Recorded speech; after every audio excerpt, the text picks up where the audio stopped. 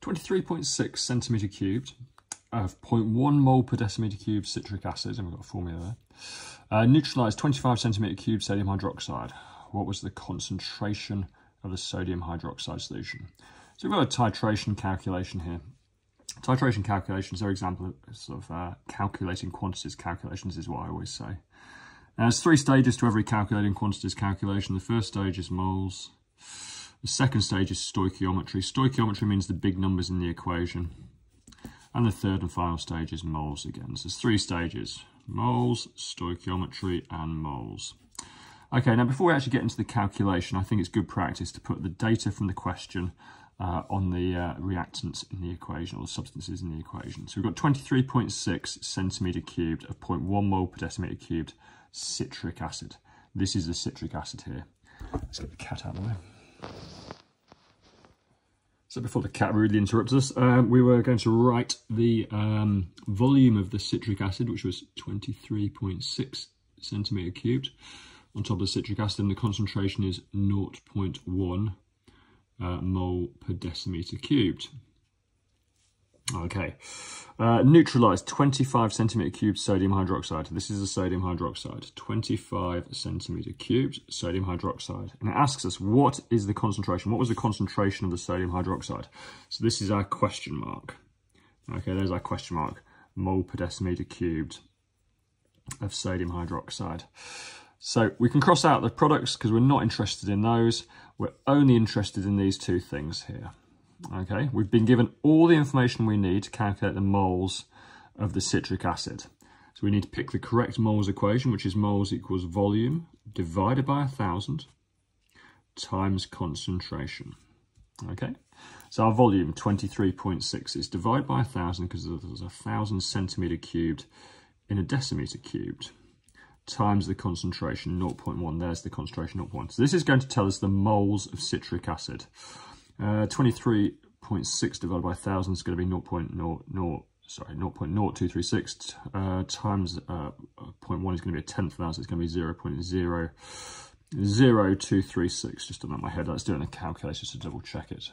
Okay, right. So 23.6 divided by 1,000 times 0.1 equals, and that's going to give us a standard formula out, 2.36 times 10 to the minus 3. I've got 3 zeros here, so that's absolutely right. My head was correct on this occasion. Next stage, stoichiometry. Okay, let's write out the part of the equation we haven't crossed out. So I've got a big number 1 before the citric acid. There's no number there, is there? That means there's a big number 1 there. So 1C6H8O7 reacts with, now there's a big number 3 before the NaOH, 3 NaOH. Now the NaOH is the question mark, okay, so that means we've got to go from the number 1, which we had all the information for, to the number 3. We're interested, stoichiometry is all about its reacting ratio. So we're interested in that number 1 there and that number 3 there. So the question you have to ask yourself is, mathematically, using either the mathematical symbols multiply or divide, how do we turn number 1 into number 3? Well, the answer is we need to multiply by 3. 1 times 3 is 3. So this is a trebling relationship.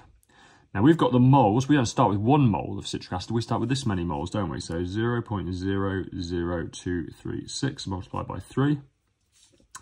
That's what we need to do. Whatever we do to this arrow at the top here, we need to do to that arrow down there. We write multiply by 3 on that, so we're going to write multiply by 3 on that. And that will tell us the number of moles of sodium hydroxide that need to react with that many moles of citric acid, so times 3. 7.08 times 10 to the minus 3.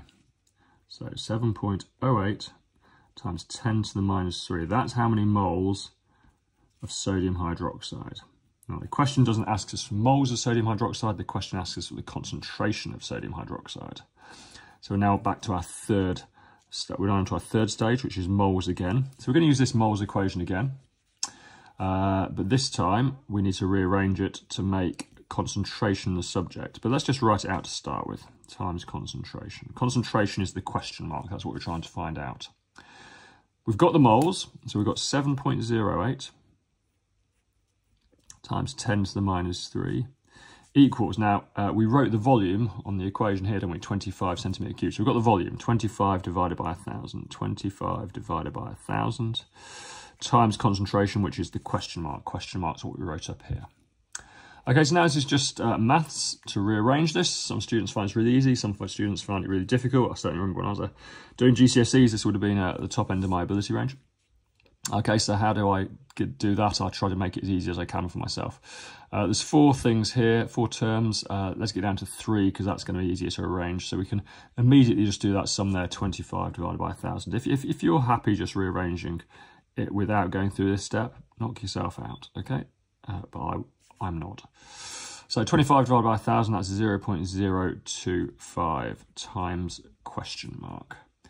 Okay, now when I was doing GCSEs, I used to swear by formula triangles. Okay, so I would now, if you ever look at my, in fact I used to swear by them at degree level as well.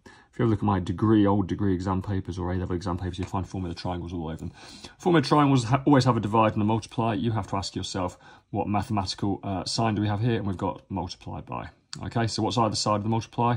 0.025 and question mark. So let's write those there, 0.025 and question mark, which means 7.08 times 10 to the minus 3 needs to go on the top. 7.08 times 10 to the minus 3.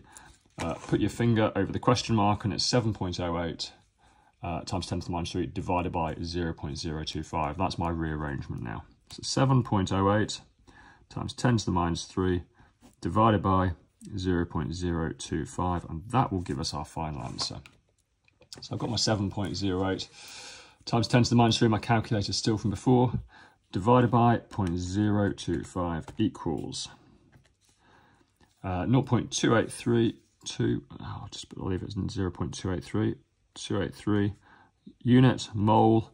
Now if you're at Excel, you write per decimeter cubed with little minors there. If you're AQA, you put a slash. So I've got the Excel version there. Let's do the AQA way there.